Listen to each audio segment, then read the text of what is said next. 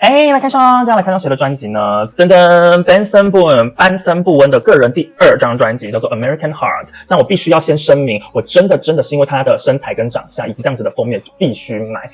没有啦，好啦，还是我听他歌好不好？还是有认真在听歌的。毕竟他第1张专辑里面的 Beautiful Things 可以说是非常的红，所以也让他在歌坛打开了知名度。当然，除了歌曲之外，他的高音域的唱功以及每一次在舞台上面都会前空翻后空翻，但是怎么样都翻不进我心里。I don't know why。OK， 他非常具有个人风格的表演方式，也是受到大家的关注。所以呢，这次第2张专辑也特别让人期待。那这张专辑呢是非常特别，它上面写 Red， 我来念好了 ，Red, White and Blue Marble Vinyl， 就是红色、白色、蓝色大理石彩胶。好，那我们就来看上它吧。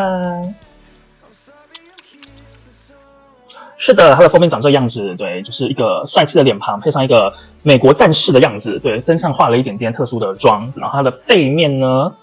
就干净许多，对，慵懒的躺在沙发上。它是做单片的彩胶，可是它是做双开的设计。我们打开它，呜，帅气的脸，沉思的男人 ，OK， 然后里面的话，来把它拿出来，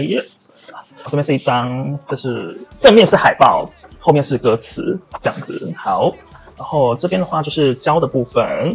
然后这样子，其实我觉得这张照片蛮好看的，也是蛮适合当 cover 的。那我们现在就来看它的 Red, White, Blue Marble Vinyl， 哇，挺美的耶，很漂亮耶。它就是一个大理石花纹，然后红色、白色一点点在这边，然后蓝色的一个这样子，哇，